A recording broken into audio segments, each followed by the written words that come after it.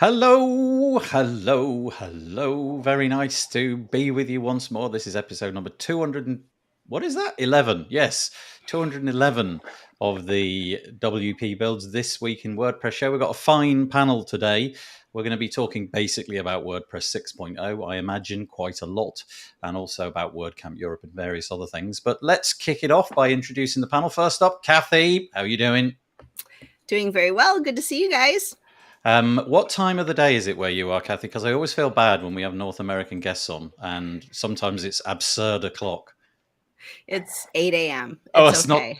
I've been It's up for a kind few of pushing hours. it. It's not too bad. It is a holiday, though. It's Oh Memorial Day here no! in the United Oh States. But I'm no! up at 6 a.m. every day, no matter what. I have a Oh, dog who's just like, time to go. okay. My Okay. So trainer.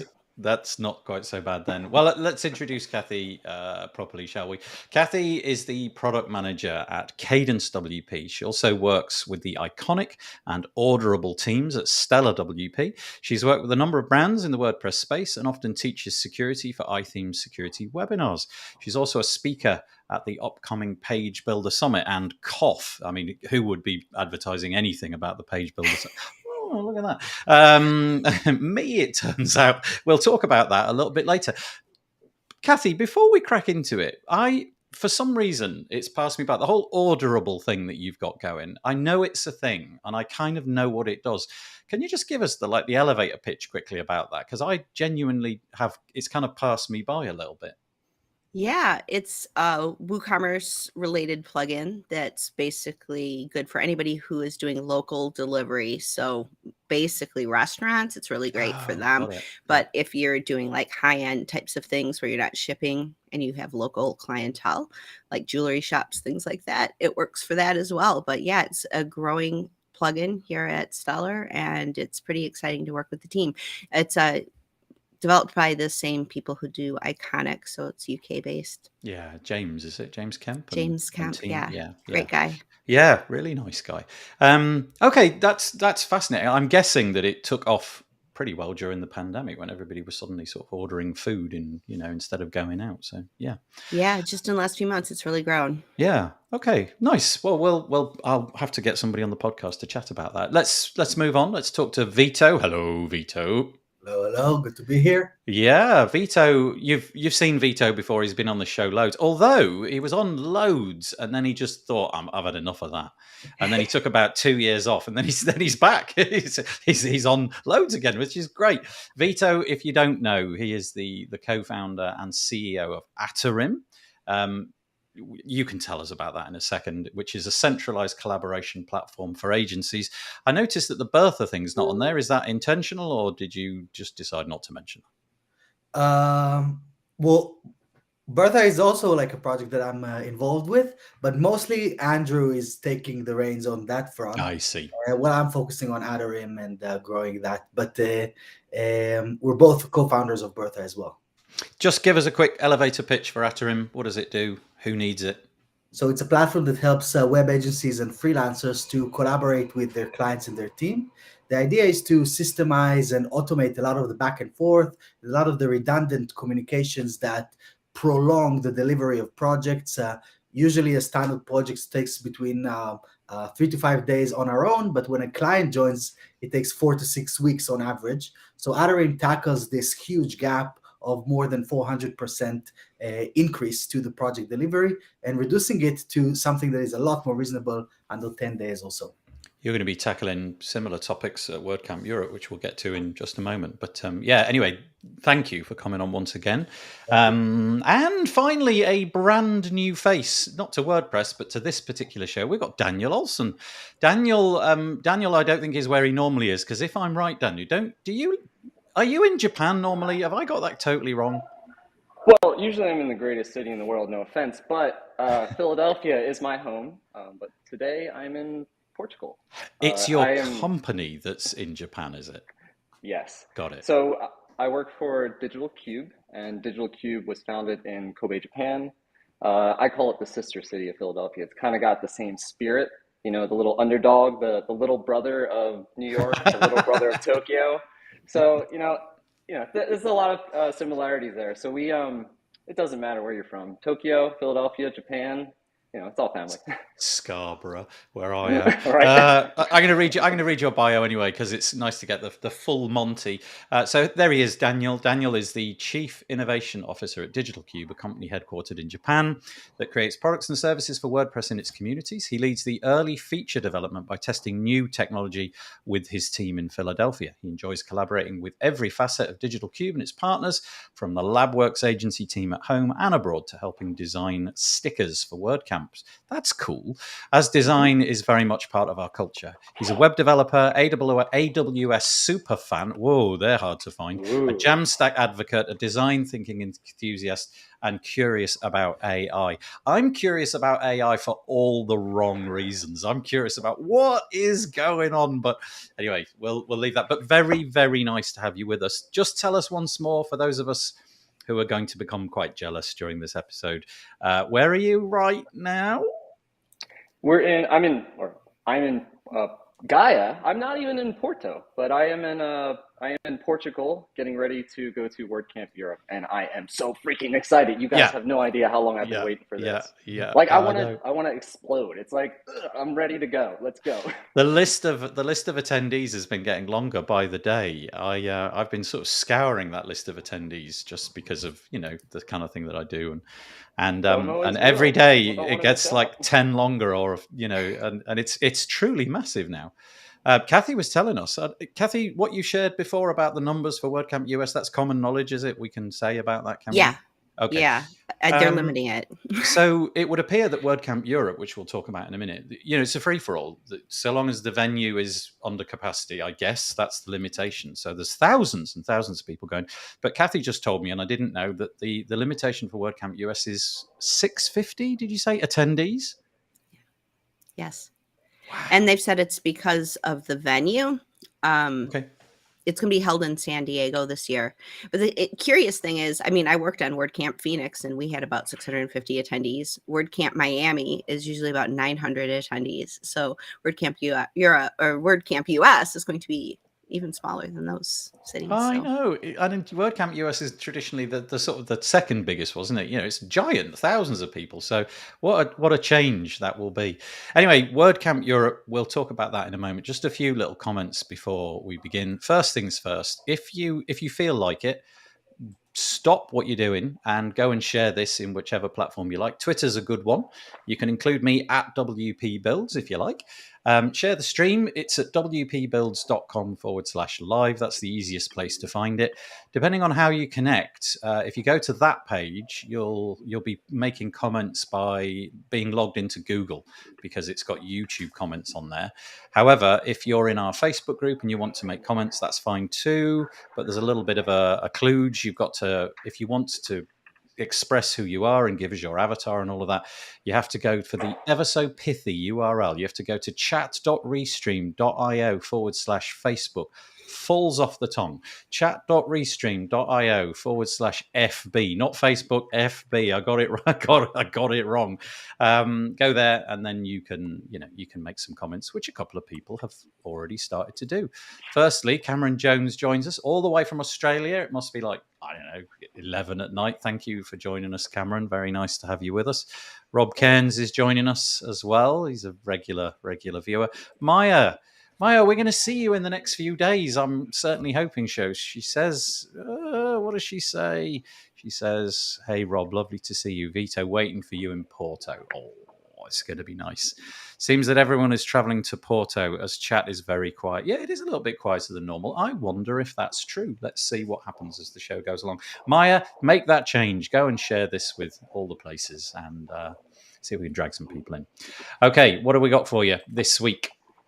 Well, a couple of things happened this week. This one seems to be quite a big one.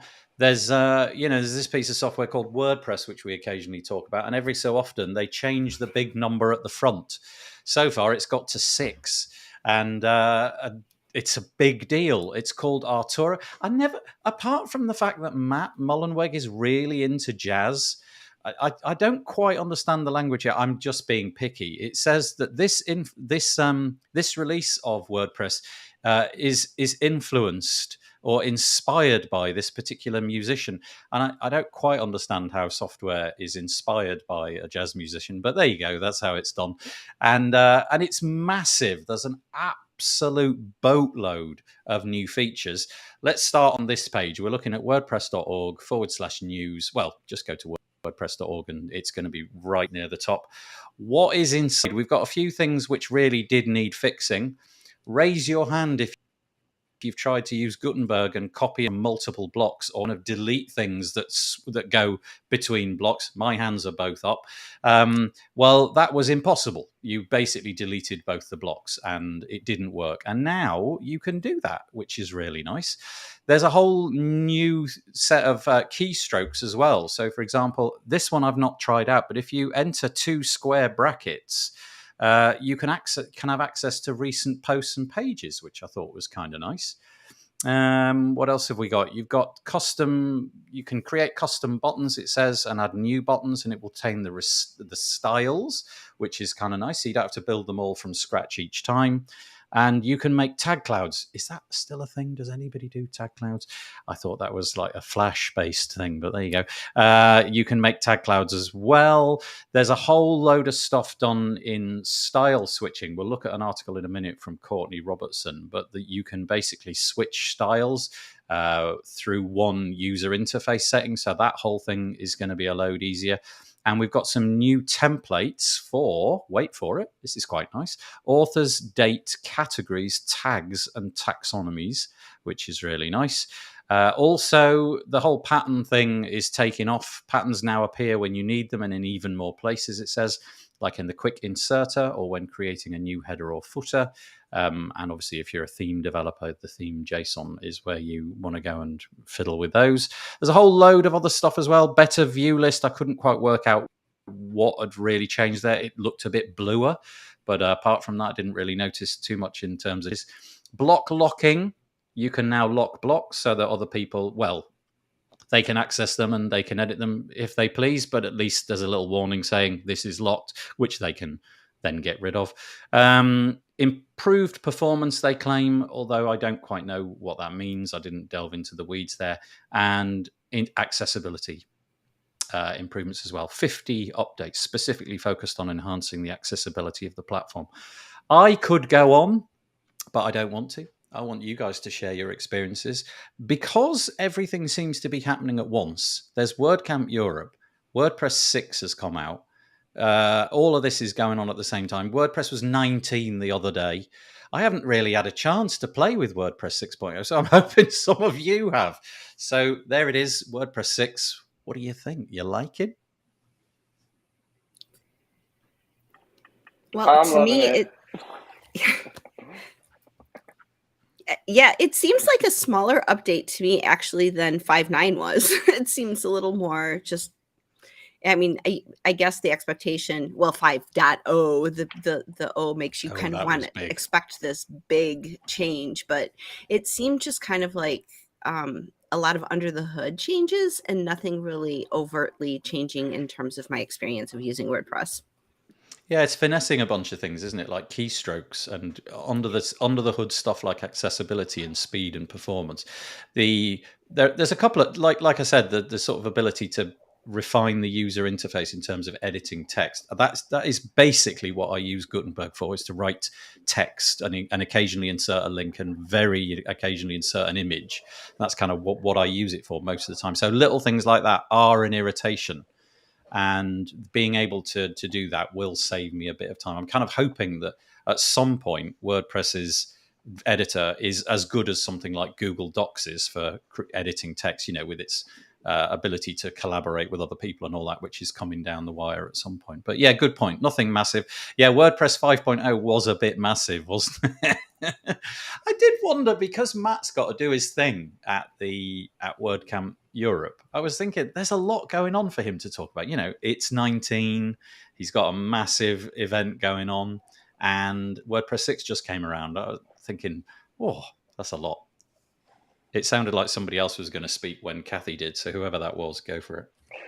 No, Kathy, when you mentioned like it's not a huge update, I think it's all finesse. Like I think it's really subtle, but when in my experience creating products, I think the best experiences that people have using your product is when you take something that you're familiar with and you make it better, not give them something new. It's like, hey, I know you love my product, but here's something else you have to learn, or here's something else you have to think about. Yeah. Rather than, hey, here's something that you depend on every single day, like the bracket you mentioned, Nathan, the double bracket command.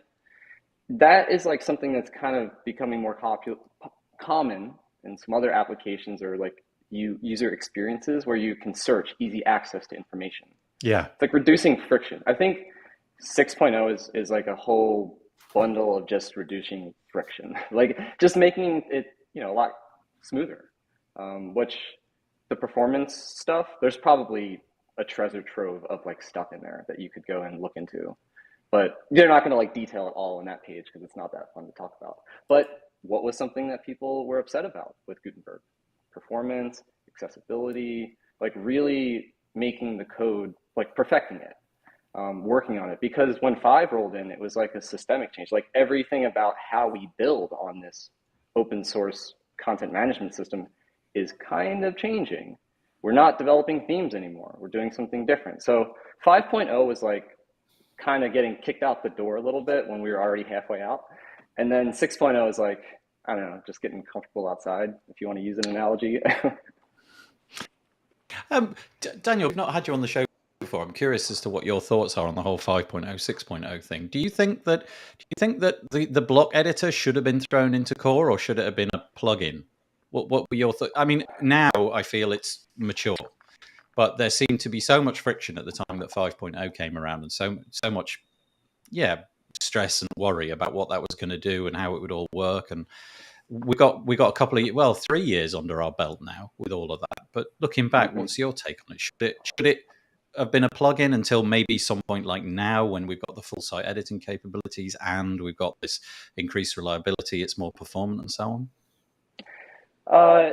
Great question. And if you guys want to see a train wreck, go look at my talk at WordCamp New York a few years ago, where I tried to like really capture this idea, but it was not ready to talk about.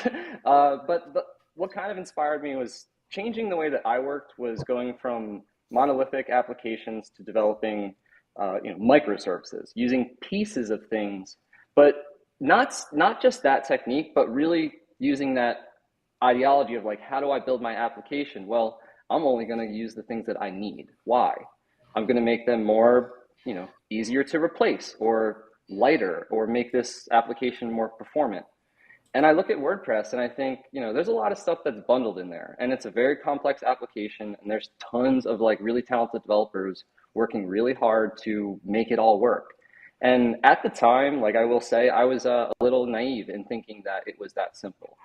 Having like spent more time looking into it, I changed my tune. I think that WordPress is awesome. I think the technical like stuff they have in there, the tooling for the developers, is actually really great, but it kind of doesn't get a lot of attention just because it's not something that we normally talk about. It's like there's so many cool little NPM projects that are in WordPress.org that like I would love to see people talk about more, that people showed me. Like the WP env package, which is super cool. But looking back at like, what is this big change? I think that WordPress itself should be more modular. I think that we should be able to pick and choose. And in that talk, I talked about, let's see if I remember, 3 versions of WordPress. Basically like a BYO, and it's just a config file. You can, anything that's like a dependency of what you need to do, just like any NPM package, kind of use this file and add what you need. That includes plugins, because at the same time I was using Composer, which was like my introduction of, hey, I can use a config file to install the plugins I need and the themes and deliver it to other developers and use source control.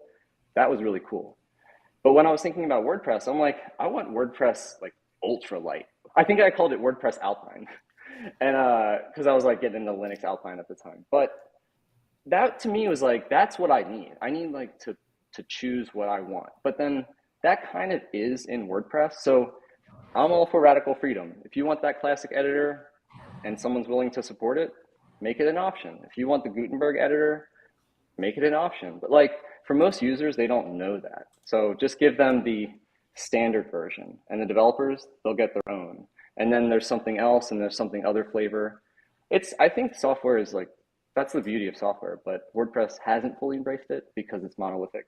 But if you really dig into it, it's actually not. It's not that simple. Do you know what? You're the second person. I think it was David Bissett last week was talking about a WordPress Lite, about the option to have a kind of like slimmed down version with. I don't really even know what it meant because I didn't really get into the weeds of it all. But yeah, it's a curious idea. Yeah, I like version. And Vito, finally, WordPress 6.0. You know, obviously all of your clients are using WordPress. Actually, is that true? Is Atarim a WordPress specific thing, or could you use it for any kind of business? As of 2 weeks ago, we're now available for every website in the world. So that was really exciting. Thank you. And it was like I knew that I should ask that question. But most are still using WordPress. Yeah. And what do you make of this 6.0? Does it cause, like, you know, for your customers who are obviously building sites for thousands and thousands of people, presumably this is a bit of a pain point. Oh, here we go. I saw a lot of comments this week, and I used to do this, and I don't anymore. I used to wait a couple of days or until 6.1 or 6. Whatever came out. I've kind of given up on that now and just hit the button and pray. Which hasn't bitten me in the back yet. Rob says he's updated 320. I'll put that comment up. He says he's put 325 sites up to WordPress 6.0 with no major issues. 325 minor issues, probably rather. But big moment. You know, if like Rob, you got hundreds of sites, your customers presumably have Vito. Like that's a big moment. Yes, and well, we tried to prepare for this as well. You know, like using 6.0 for a few weeks before it was released, and just trying to figure out if there's anything that we can do or that we need to adapt to. But I think that, like Kathy was saying, and I agree with Daniel as well, it's like it doesn't feel like a 0.0 release, because as soon as we heard there is like a 0.0 release, it's like, okay, let's clear some time in the dev queue. Yeah. Let's make sure that everything is working, you know. But then it's just it is a point something, you know, like it's a 0.10, 5.10. That would make more sense for just the kind of like this definition of it.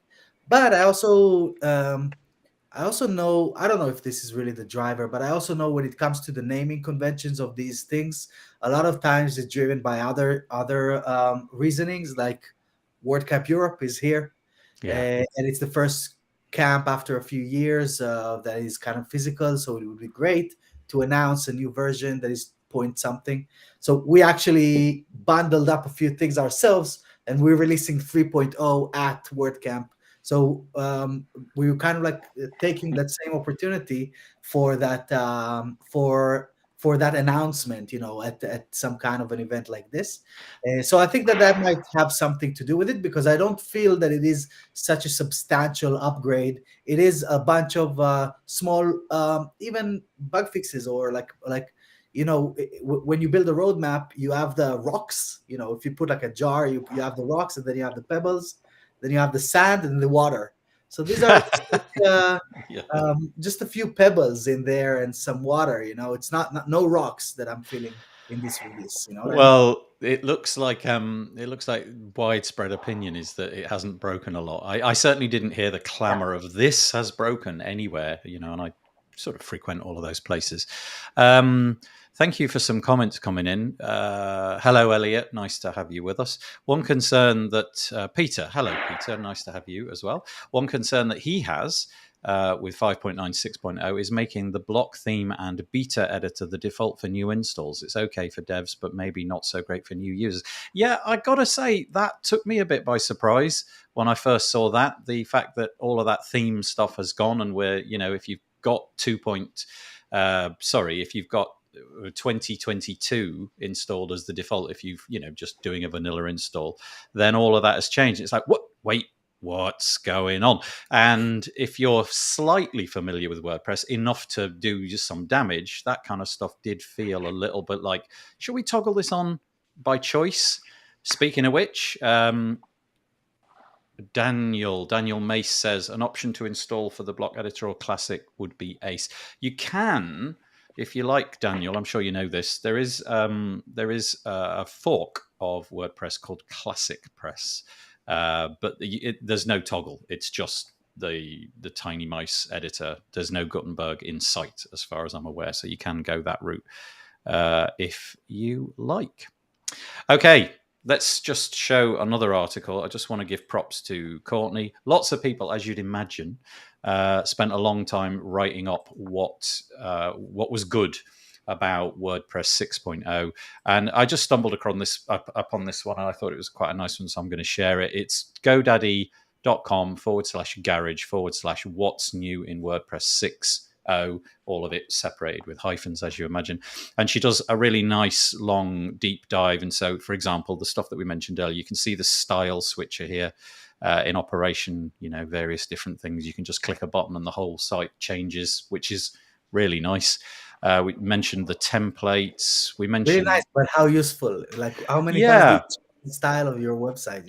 Well, I was thinking, I would imagine most people will settle on something, but is it useful for that playing period when you're just sort of trying to figure out where you want to land, and you've got the red variant and you've got the blue variant, and you maybe show it to the clients and, oh look, we can go for this one if you like, or this one. But I agree. I think maybe not all that useful once the site is shipped. What about seasonals? Yeah, what, the Christmas theme? Yeah. Invoke snow button. Ching, and yeah. I mean, go to like Target's website before right now. Probably it looks all summer themed, right? Right. Like the little touches of it. Yeah. Well, I mean, I guess it's nice to have it there rather than having to switch out a theme or a child theme or something like that. You've now got an option to just hit a button, and that kind of stuff can be changed. Cool. I don't imagine that I'll use it a great deal, but there it is.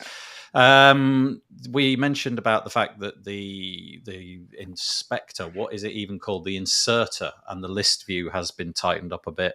I'm having more luck, I've got to say, recently dragging and dropping things. Before it was like throw a coin in the air and see if it ends up where it was supposed to be, or if it just ends up at the top of the page. But now I'm kind of getting there more or less 100% of the time, so that's quite nice. So anyway, go and check out Courtney's article. She's done a great job in writing up all of the bits and pieces. Right, we've been delaying the subject. We're not going to delay anymore. We're going to talk endlessly about WordCamp Europe because it's happening. It's the biggest thing in WordPress since like 2020, the beginning of 2020.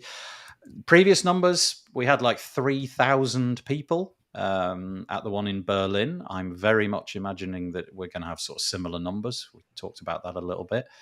I've decided to go. Vito, you're going. Daniel, like, he's in Porto, but he's not going to bother. He's just gonna stand outside, and he's off. Look, he's going. Can you show us? Oh, look at that! Hang on. Let's make it big. Wait. Oh, well, you've gone deaf. You've gone. Can't hear you. Yeah.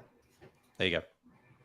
I muted myself, of course. That's okay. So I get full signal right here, but like right here, it goes. If I drop out, I'll just jump back on. Look at that. So here's a little view. Oh. So Porto is awesome. So Porto is that way.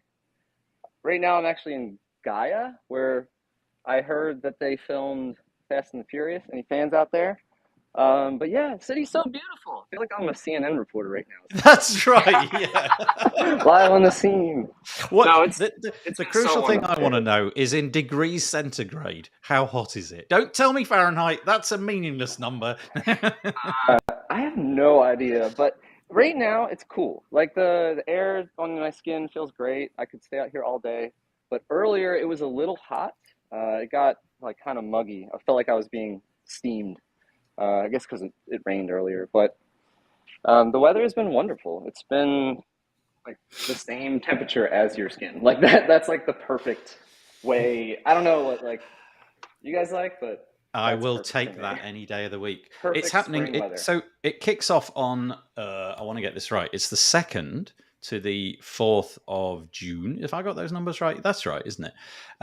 It's at a place called the Superboc Arena. It's in Porto, Portugal. Lots and lots of people. There's tons and tons of fabulous talks. You can see the schedule page. I would imagine, but I'm not 100% certain, that it'll all be available on WordPress TV after the fact. Whether or not it's going to be streamed live, I don't know. The venue itself is huge. It's like, imagine taking a football and I say soccer ball and just like slicing the top third off and then making that as a building. That's what it's like. It's like just this perfect dome. And I'm so beautiful weather, glorious stuff. And I'm going to be for the whole time, more or less, inside a room with no window. Yay! Fabulous. Interviewing people, but that'll be fun. I'm going to enjoy it and make the most of the evenings. So Vito, why do you go to stuff like this? Like the last time that I was with you in Berlin, you were launching what was then WP Feedback. It was definitely in the beginning phase, and you were on a mission to make it known, which I think it's fair to say you succeeded at. What's the angle this time? Are you going with a team? Are you taking just you? Are you going with like loads of pamphlets? Is it schmoozing? Is it speaking? I know the answer, but tell us what's going on. All of the above. Yeah. So basically this year, so when we went back then, that was my first WordCamp Europe experience, and we were just launching the company, and I kind of made a point for myself in terms of speaking in public that the holy grail is to get to speak at WordCamp Europe. And now it's happening, so I'm really excited about this. I've done a bunch of WordCamps throughout, or the online ones, and even back in 2019 where it was still possible, just the smaller ones, and kind of like building it up to this. And it only took about 250 other talks to get to this. So I'm really excited that this is finally happening, and we're also sponsoring this time. And we have a booth, which we never had a real booth at a camp before. We were sponsoring, but usually it was really small. But now we have like a proper booth, and so there's some exciting things that are happening in there. It's going to be myself and Alex from my team. You know Alex. You met Alex in London as well, right? Yep. So we're both coming together, and of course there's loads of friends, and now it's more about reigniting the relationships that we're kind of sustaining for the past 3 years with existing partners. With I haven't seen Kathy since WordCamp US, so I wish you were coming as well. And I wish I was too. And so that's really is like, I feel that it's gonna be more of a friends party than how it was back then, where I needed to kind of like get myself known. Now I feel like I'm kind of there. So it's just gonna be more about meeting the people that we're hanging out with. We're gonna see Picha there as well. I'll see that chat. And so there's partnerships, there's sponsorships, there's speaking, meeting our users, and mostly just hanging out, having fun, just partying with our WordPress people. Can I drill down into that a little bit more? Firstly, how's the talk going? How are you doing with that? Is it all, does it keep you awake at night, that kind of stuff? Or are you pretty sanguine about it? Yeah, I'm cool with this. I had to deliver the session like a couple of weeks ago already. So that's already done with. And I might kind of rehearse it a few times, but I talk about this stuff all day long anyway, every day for a few years. So it's just going to be, the slides are more of a guide to just kind of like talking about it freely. Yeah.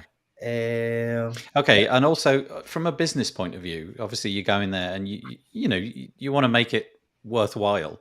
What are the sort of the metrics that you've got in the back of your mind, whether you've written them down on a spreadsheet or whether it's just, okay, anecdotally, I would like to walk away from that event with this thing that's happened. What are those specifically? So what I learned at first, I was, in the first few events, I was kind of thinking of like, how many users can I get from this event, but now it kind of shifted. I'm not looking to get specific users there. It's more about meeting our existing users. Nice. But when it comes to, let's say, acquisition or business. It's more about partnerships. That's where you can really do those things in a really magical way. Because you can find users everywhere, but to have a sit down with the folks from Stellar or the folks from this hosting company or that thing, that really doesn't happen as often as it can at these events. So I'm hyper focused on partnerships, as well as meeting our existing users mostly. And Hmm. if someone Yeah, wants a demo, we're gonna be there as well. So that's nice. Got that's yourself a kind little booth there. Stella's going to be there. Do you know? I know, Kathy. Sorry that you would like to go, but it's not happening this time. Do you know? Do you know what the team are doing this time around? Is it a little bit like what Vito was saying? You're just sort of trying to reestablish connections with people that you've already been as customers, or you're on a mission to subscribe some more people to your platform. Yeah, I mean, of course, Stellar is a part of Liquid Web, so there's hosting. There's a number of different services beyond just plugins that Stellar can help people kind of get together. And for us, it's about relationship. I mean, all businesses relationships. You have relationships with your customers, being able to see what other people are doing. I mean, Cadence became a part of Stellar because of relationships that occurred at WordCamp US a couple of years ago. So those types of relationships where, organizations can work together for the greater good of everyone who uses WordPress and kind of elevate each other. That's what it's all about. So we do have a team of people who are going to be at WordCamp Europe, and they all have my, meeting link. So I'm like, if you know of anybody that needs to talk about Cadence or Audible or Iconic, hook me up. I'll be there virtually. I'm really hoping some of the sessions can be live. I don't know are they live streaming? Yeah, I don't know either, to be honest. I hope so. Yeah. I kind of hope that's a feature of it all going forwards, to be honest, because the sort of the difficulty in doing that is so modest. I can't really see. You need a camera at the back of the room, which is already there to film it anyway, right? Exactly. Yeah. And I'm kind of sad I'm going to miss Vito's talk. I would really like to see it. So if I have to wait a couple of months before it to get on WordCamp TV or WordPress TV. I heard that it might be going live. It might be Yeah. but then I looked for it because some people asked me for it and I couldn't find any details about it. So I'm not sure. Yeah, maybe. Vito, if you give me your phone, I'll live stream it from your own phone. There you go. There's the cottage industry way of doing it. I love it. We'll make it real simple and easy. So yeah. That's it. That's literally all you need, right? I mean, the quality doesn't have to be super. I guess there are things like the closed captioning, which might be something which. I mean, you kind of have to the acceptable. What is Maya? Most advanced yet acceptable. It's like I'll live stream you, but we just decided that. So can't do closed captioning, but maybe we could. I don't know. Does Twitter support that? Or could you find a service that does? Or you could just video the screen where everything is on with all the closed caption, because it's got the video of the speaker, hasn't it? And all the other bits. So you could actually just video that and you'd get the whole thing all at once. There you go. There's and I'll live type it for you. That's it. Brave. Vito, full of typos, though. You've got to speak really fast and see if you can upset him. Daniel, what about you then? I know that obviously you're going. We were being silly earlier. Similar idea? Are you going with a particular agenda in mind, or is it just a social? What's the big plan? I mean, rule for us is we don't do too much sales at WordCamps. For us, it's really just we want to connect with the community. We've been a part of the community for so long. I kind of hovered around WordPress for most of my career, but some of the people I work with literally, translated WordPress into Japanese and founded some of the first WordCamps in Japan and created these, it's Japan is the second or third largest install base of WordPress. So for us, it really is connecting with Wait, hang on. Say what? Say that again. Japan is what? The second largest user installation base of WordPress. I had no idea. It was second for a while. You could check the stats. I think it's German now. That's amazing. Yeah. Yeah, and really, the whole polyglot thing was what was the first language translated from WordPress, English? I believe it was Japanese, and I believe it was my team. And from what I've been told, I wasn't there, So, but the history of WordPress in Japan, it's been fascinating to me. It's all about community, super, super strong community. And kind of being introduced to that, like there, it changed my perspective on what like we're actually doing. And the whole like open source movement, using partnerships as a way to develop new capabilities, it's just like you got to be there. You got to be there to like just ricochet ideas off your collaborators and maybe get inspired by something new or hear something interesting, or you never know what you're going to find at WordCamp. Yeah. Like I literally walked into the first ever time I went to WordCamp, I walked up to a booth and I was like, this looks pretty cool. Hey, do you want to go grab a beer? And now that guy is Hiromichi Koga, our CEO. So going to WordCamp can literally change your life. So. That's a great story. You never know what you're going to get. Oh, that's brilliant. Do you speak Japanese?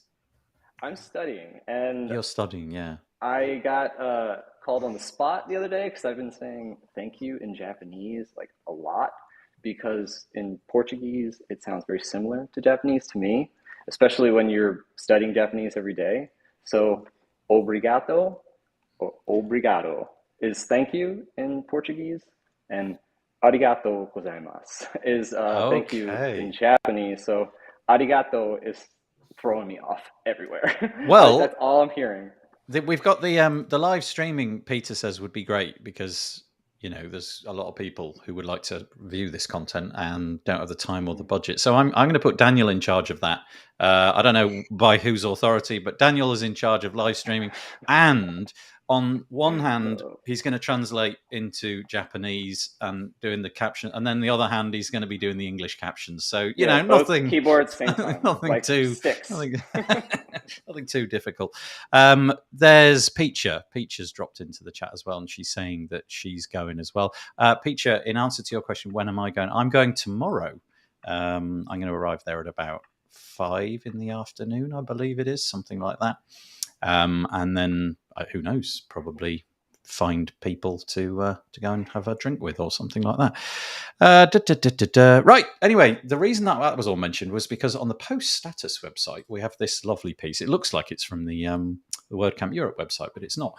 And it's all about making the most of WordCamp. And so we've had 3 different opinions as to what they're doing there. Oh, I should probably say what I'm doing. I think I already did. I'm going there to interview people for the WP Tavern podcast. So I'm really looking forward to that. So here we go. A couple of things that you might like to take into account. Firstly, I do think if you are going, it is quite good to have a bit of a plan of action.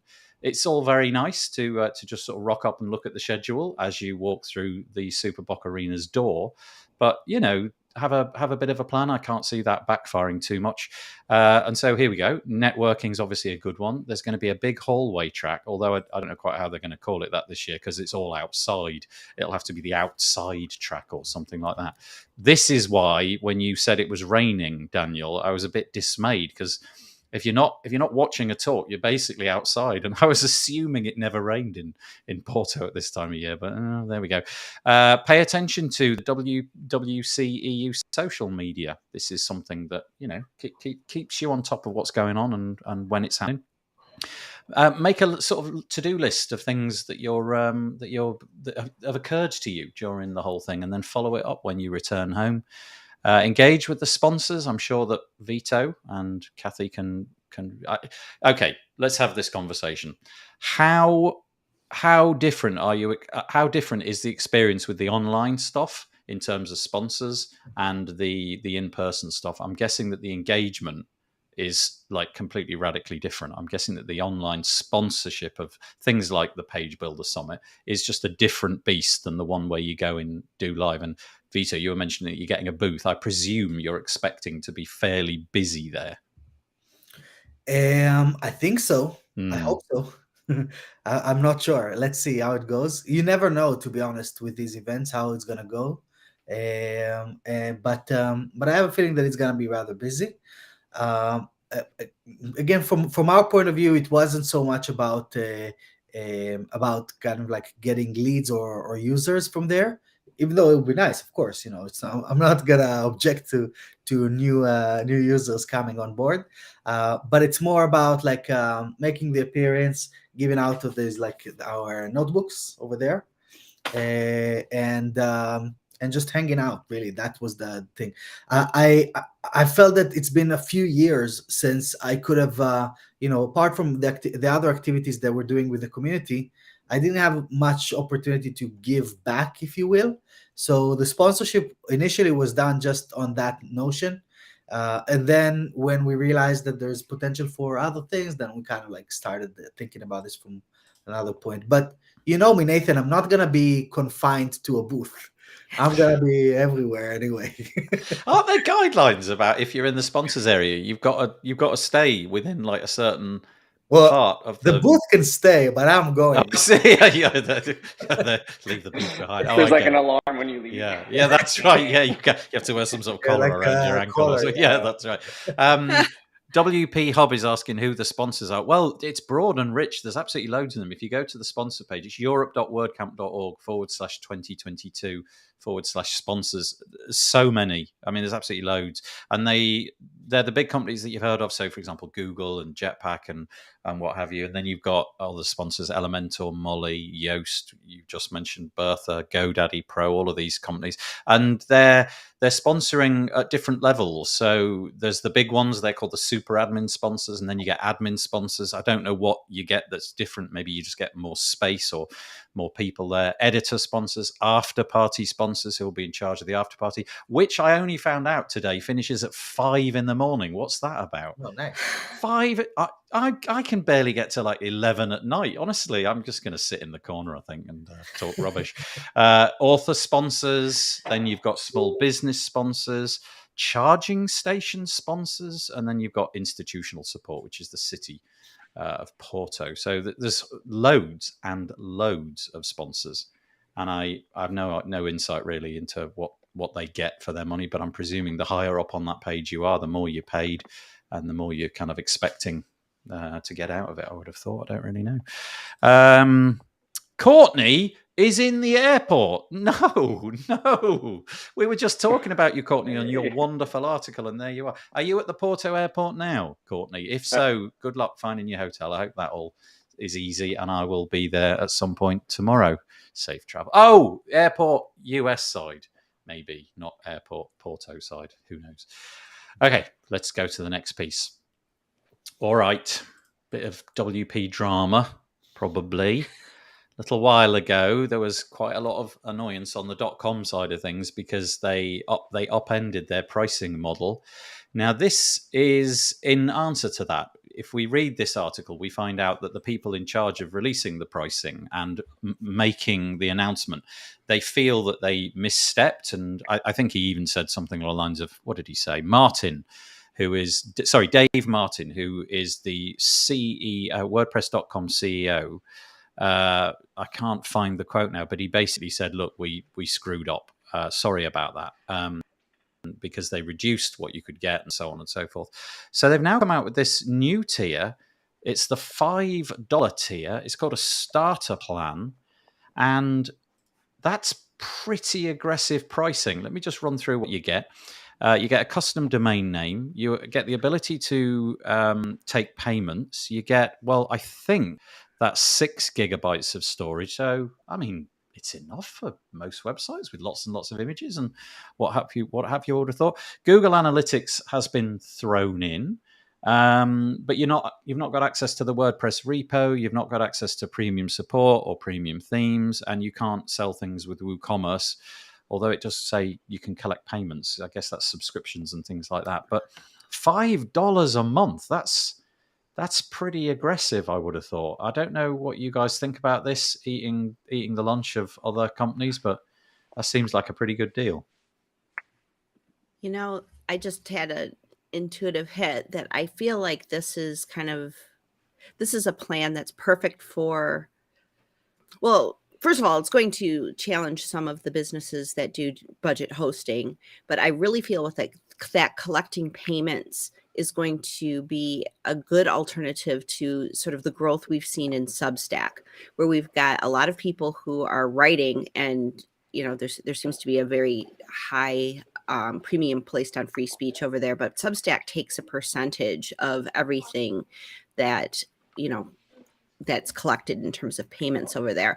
And so I've been watching for a solution that would be on WordPress where people could be paid for their writing, where there isn't that percentage. So if you do grow, you get to keep more of your money. And I think something Right. like this would be a great opportunity for someone who is looking at maybe a Substack, going to WordPress.com, being able to be paid for their writing, for their journalism, and have rock solid hosting over there as well.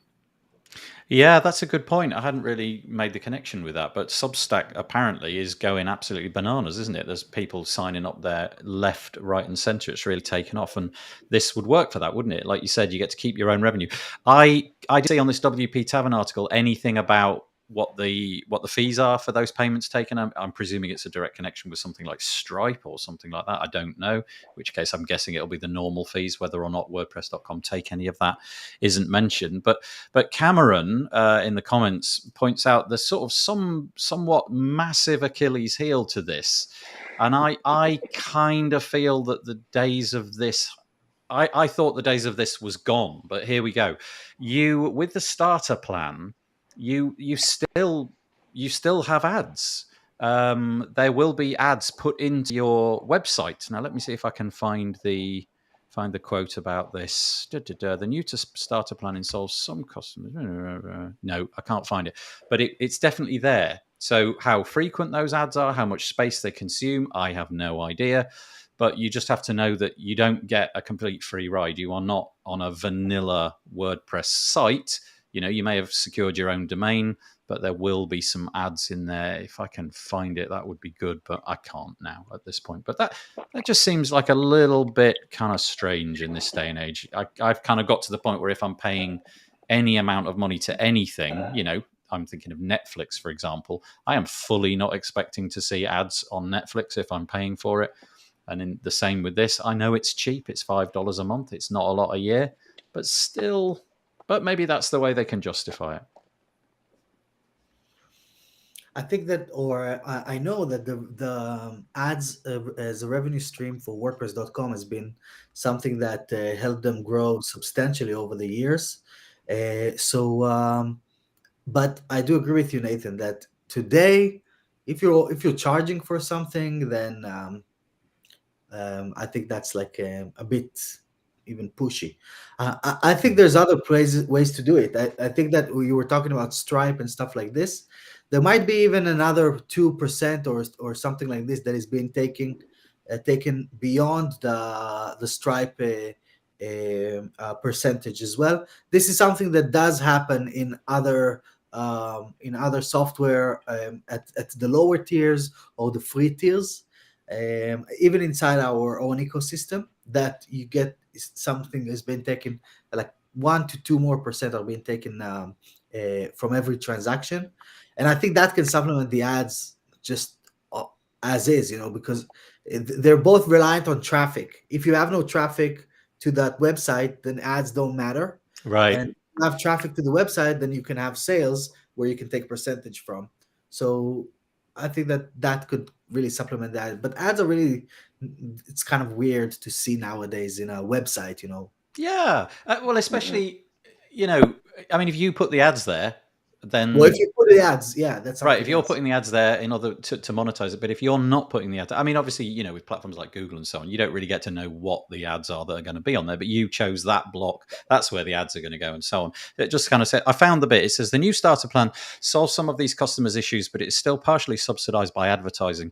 Customers on this plan and the free plan will have ads displayed on their site, but we don't get any insight into how much or how often and how big. This is different than the legacy personal plan, which was for $4 a month, but was ad free. You used to get a custom domain and so on and so forth with that as well. So that's quite interesting.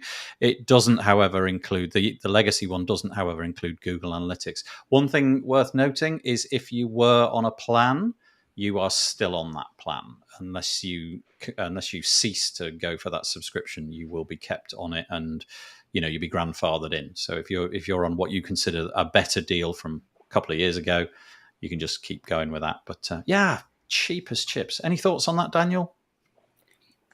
I'm going to use another analogy, but the way I think about websites is like, this is your real estate on the internet. Like it's your little slice of the moon or wherever slice of real estate that you want, and you can do kind of whatever you want with it, as long as you're, playing by the rules.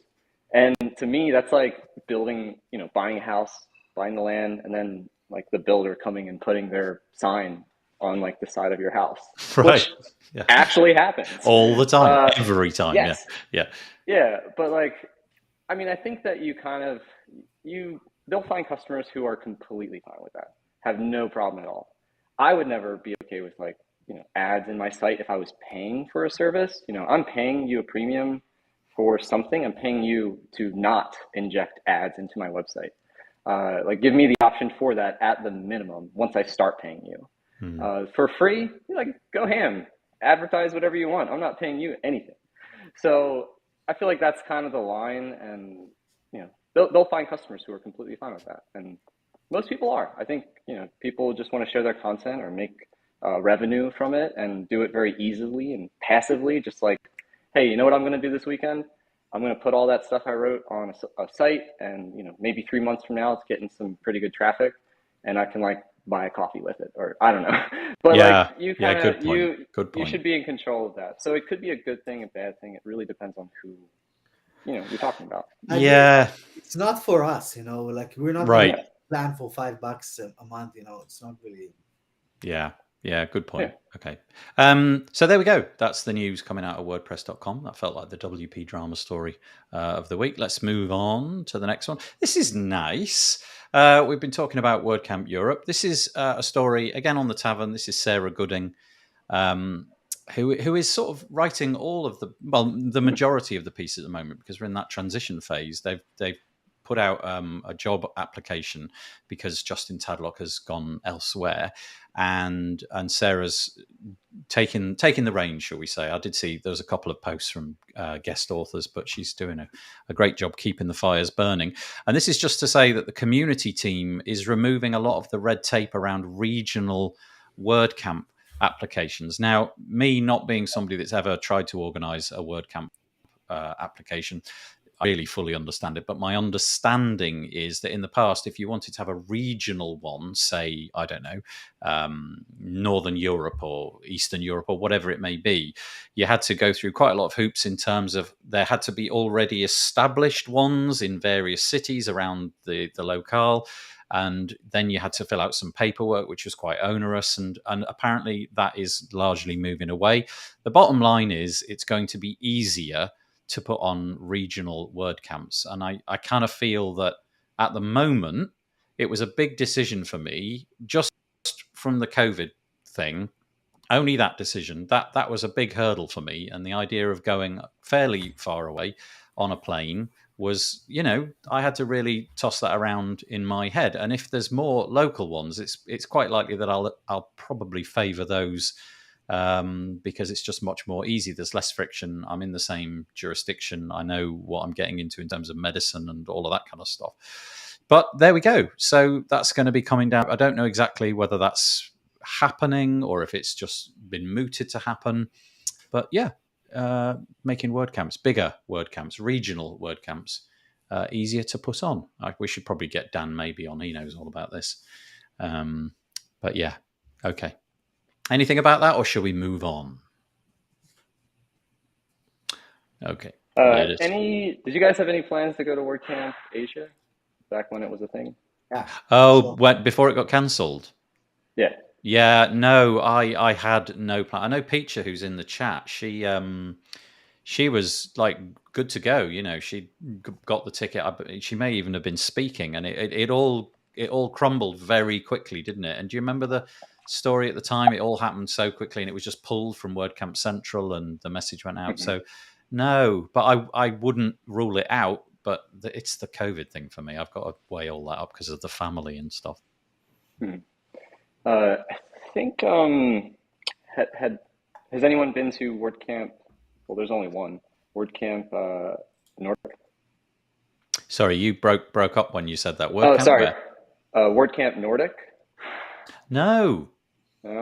So I was really lucky to go to that one. It was in Finland, Helsinki, and just a shout out to anyone out there who has the ability to make that happen again. I would love a WordCamp Nordic sometime in the future. Yeah, it was one of the coolest. That whole region, and yeah, it was so cool. Really? I mean, literally Yes. cool. Was it like minus 40 degrees or so? Yeah, it was so cold. Went swimming in the Baltic, like grabbed onto Oh! a little iceberg and floated for a little bit. Serious.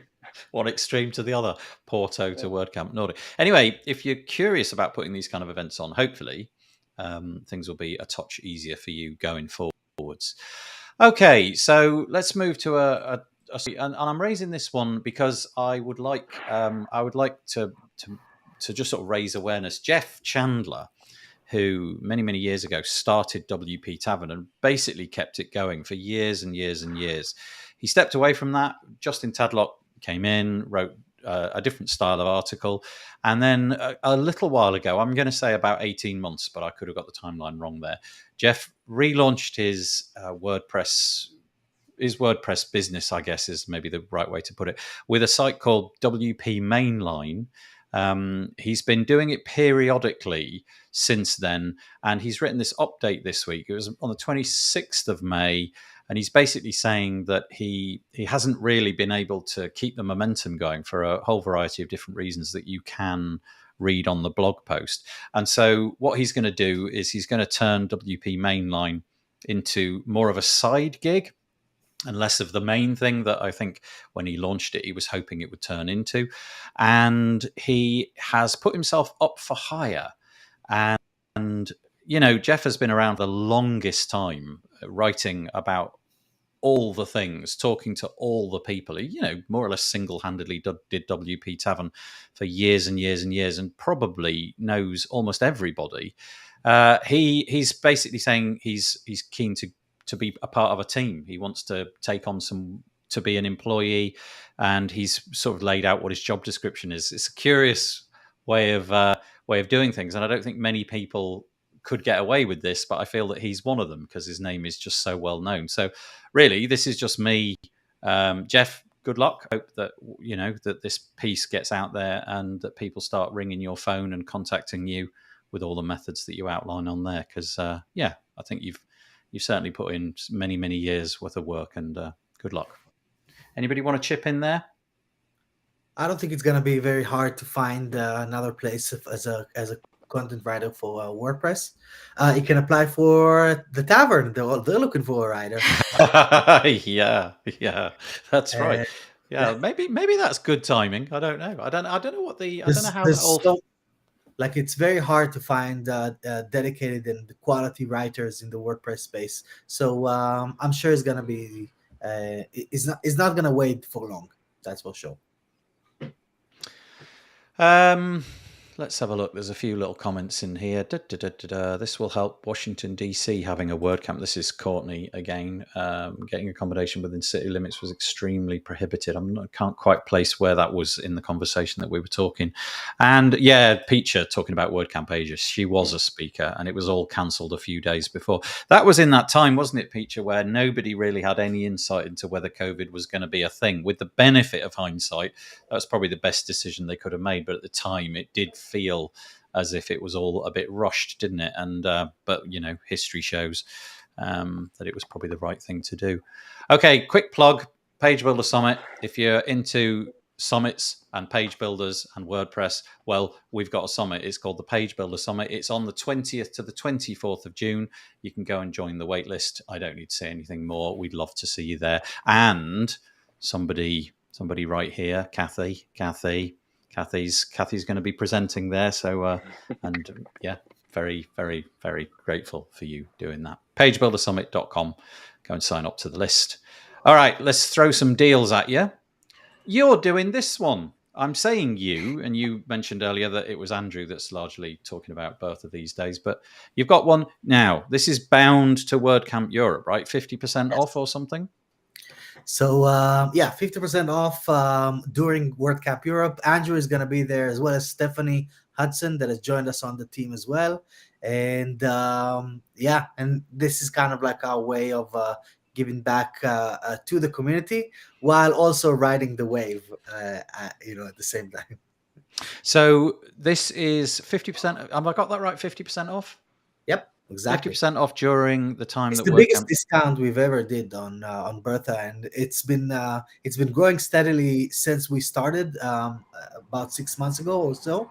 But because Andrew and I actually met at a conference, and we became really good friends at WordCamp Europe back in Berlin.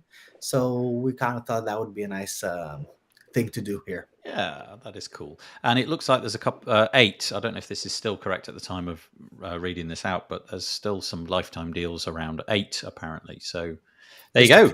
A little less now, yeah. A little less. Okay, yeah. Maybe 7 or 6 or something like that. Anyway, that's there.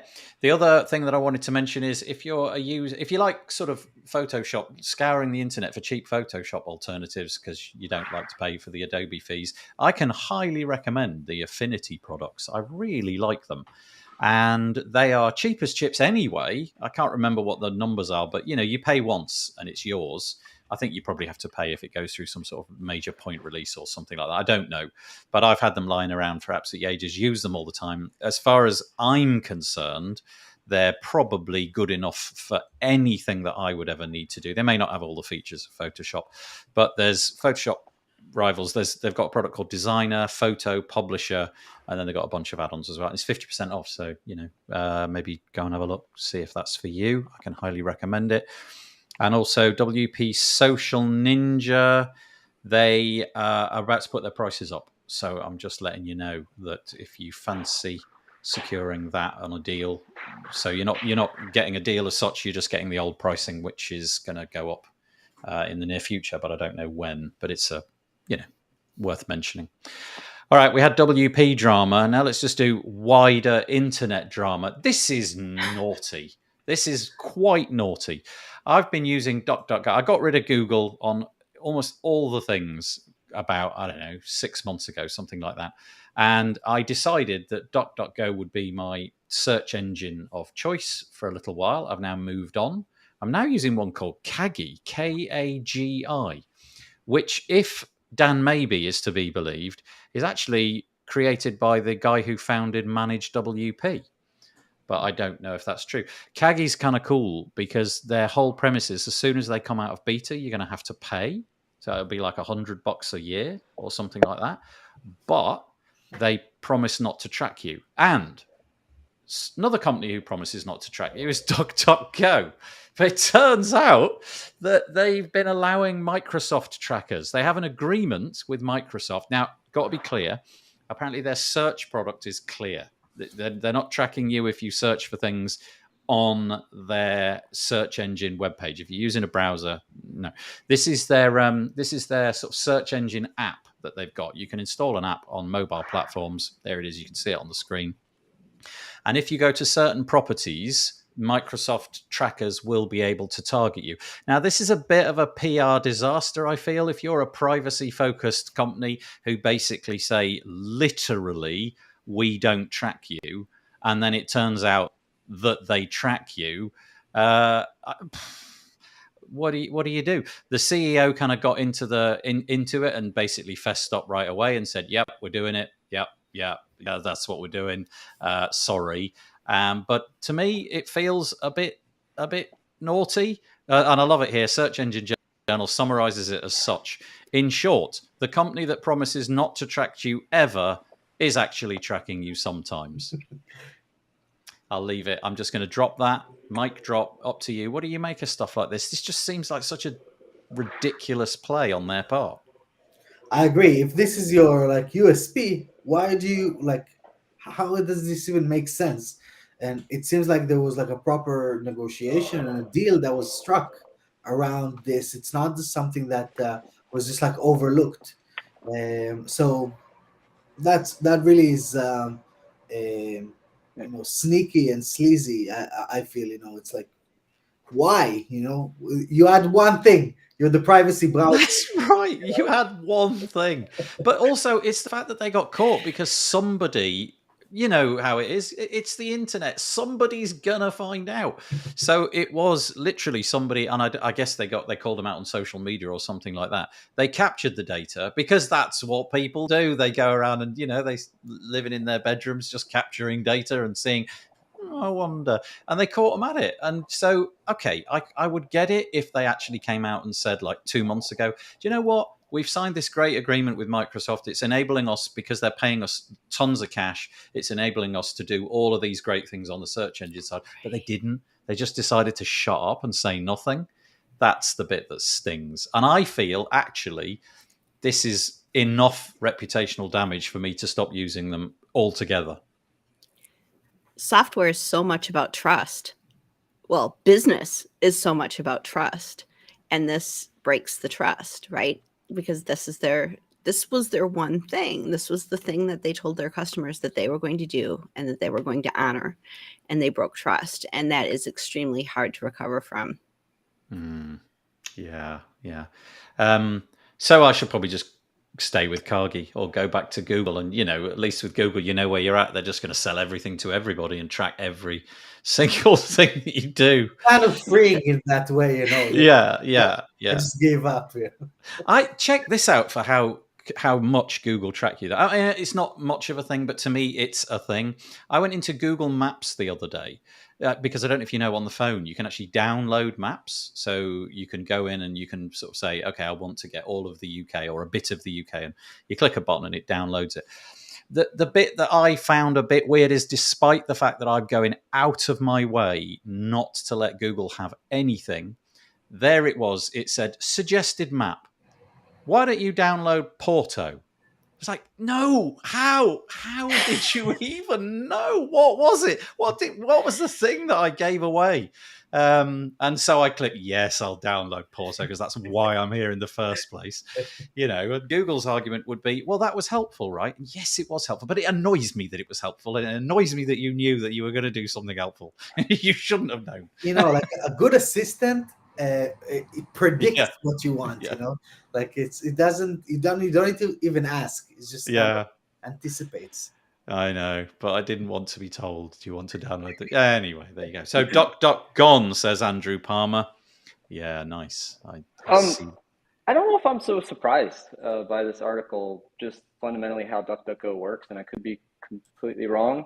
But isn't it just a curated wrapper of Bing? Well, my understanding is my understanding is it calls through the Google API. I think it's the Google search, but just pushed through a different interface. So both you and I probably need to figure out which one of us is telling the truth. I have looked into it a little bit, and it is, you do get the Bing link in your search results. Okay. So It'll be Bing, my understanding is like they're like a curator of information using some other data broker, which is Microsoft. They're getting the data and they're just not sharing it, but turns out they are. But it's like, they are, but where'd you get the data from anyway? Yeah. Probably Microsoft, so I could have probably just assumed that you were going to give them a little something. Try this Kagi thing, KAGI.com. Give it a go. For me, it's worked perfectly. They don't have all of the whiz-bang stuff. There aren't the extensions so that it automatically does things. You have to go into a setting in your browser of choice and set it up so that it will become the default search. But it seems to work. And I do like the promise that if I pay, they will keep their hands off everything in the future. Of course, 2 years from now, we'll be having the same story. But Kagi sells the... Anyway, let's hope not. Right, last piece for today. I don't even know what to make of this story. This is about Facebook or social media, Search Engine Journal again. California. Now, forgive me, I know nothing about American law. So whether or not this is ever going to become law, whether or not it's just going to sort of, somebody suggested it might be a good idea. But apparently, so the story says, California bill allows parents to sue for child social media addiction. In other words, if you can basically prove that your child is exhibiting signs of addiction, and it does go into what that means. I don't really understand what the technical terminology So I'm just going to read it out, and I quote: "The bill defines addiction as a preoccupation or obsession with, or withdrawal or difficulty to cease or reduce use of a social media platform, despite the user's desires to cease or reduce that use, which causes or contributes to mental, physical, emotional, developmental, or material harms to other users." So that was easy to say, wasn't it? There's, you know. You are going to be able to go out and sue the social networks. I don't know what to make about this. Part of me says, hooray! This seems like a really, especially when it comes to children. The other part of me goes, oh, I don't know. I would imagine that would be very hard to do. But it's curious that we've got to the point where, people are saying, look, this is fully an addiction, an actual addiction, and we need to tackle the people who are causing this addictive thing to exist. So again, I'll drop the mic and throw it out there. Maybe you totally disagree, think this is stupid. Maybe it's the most sensible thing you've ever heard. Don't know. I have some thoughts around this. First of all, when it comes to the addiction part of it, it's designed to be addictive. It's there's UX studies, there's real intention to make you stay inside the platform, which is their objective, right? That's the whole point, from a business point of view. So they did it. they got it working as expected. Now I don't want to be any kind of like disrespect or anything, but it sounds so American. Such an American thing to do. It's Californian. As a former Californian, I lived there for 9 years. This is how things roll in Cal. But when I was a little kid, I remember people talking about how television was addictive for children, and you shouldn't be sitting in front of or don't sit too close to the TV. And so now it's just the phone. It's right? Moral panic, right? Moral panic. Yeah. And then. Yeah. Why are we blaming these companies? I mean, social media, yes, I totally agree with what Vito said. It is designed to be addictive. They want you on the platform as much as possible because they want eyeballs for their ads, right? Television, in the day back when, you weren't supposed to sit in front of it for too long, designed to be addictive and to get your eyeballs on it for as long. But media itself this is just an endemic thing within media. News is incendiary and trying to get you worried and fearful so that you're watching CNN more. There's all sorts of media associations that are trying to get more eyeballs, trying to get more clicks. There's all of these things that are the problem. But when do you give up being a parent and teaching your child that this is a thing and start blaming a company? That's what this is where I shake my fist at California after living there. Was like, why are there so many rules? And it's the parent's responsibility to teach the child, because this is part of our reality now. This is not something that you can the state's going to protect you from. Although I will say that legislators that try to do these types of things in order to push the envelope, in order to open things up and make things more visible, things that are done in secret, you can't really change. California just they like to do this. They like to really push that envelope and get things out there. And an actual application of law doesn't really make much sense. But I do think this is a good talking point for parents, especially us, who understand what's happening with the media, to get the word out that this is a problem.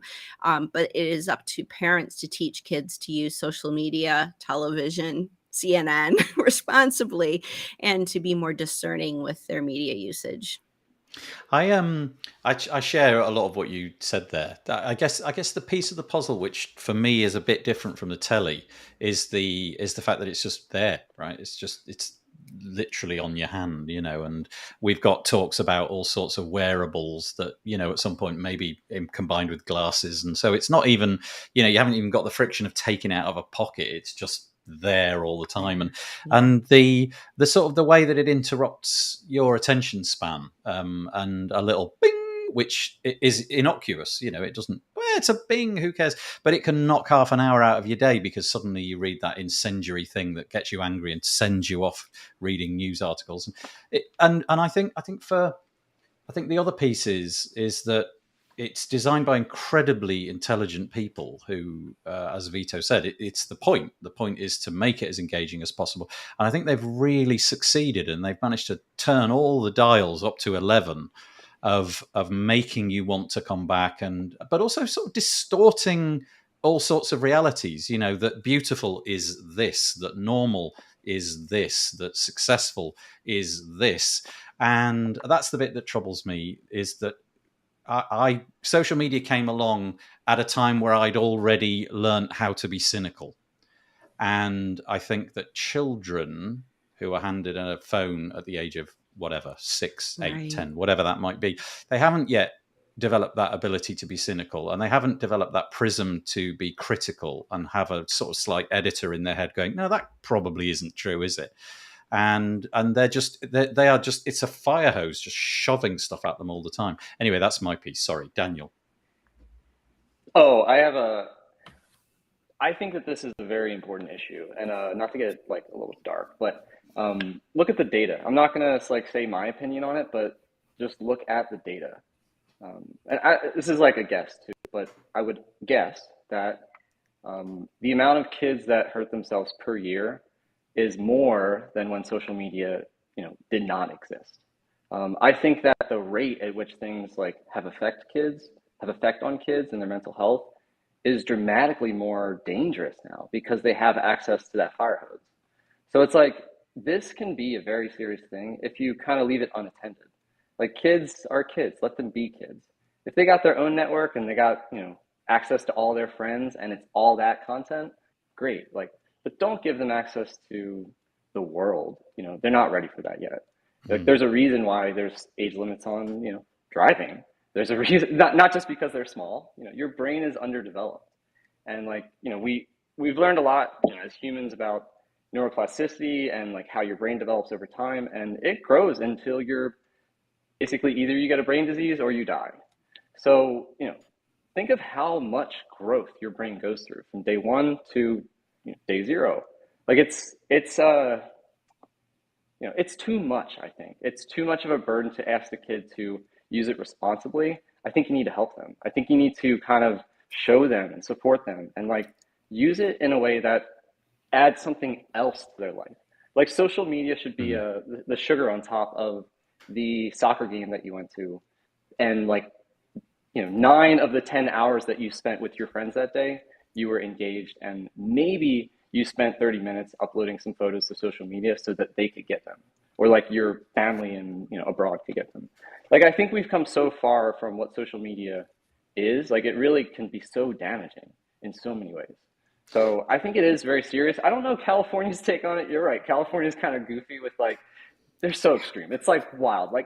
I don't want to know about all the California rules on every item that I buy because they're always printed on everything. So I think that they have an interesting, they're taking it seriously, and I appreciate that, but I don't know the way to fix it. And I know that it is a serious problem. I think that the curious thing for me is that is when Facebook, I mean, particularly Facebook, I think is just it's the biggest target. So it's the easiest one to mention, is when the feed became algorithmic, as opposed to it being sort of timeline based. Because we all remember Facebook in the day, it was just a litany of here's my meal, here's my cat, but they were all people that you knew, right? They were people whose names literally collided with you in the real world all the time.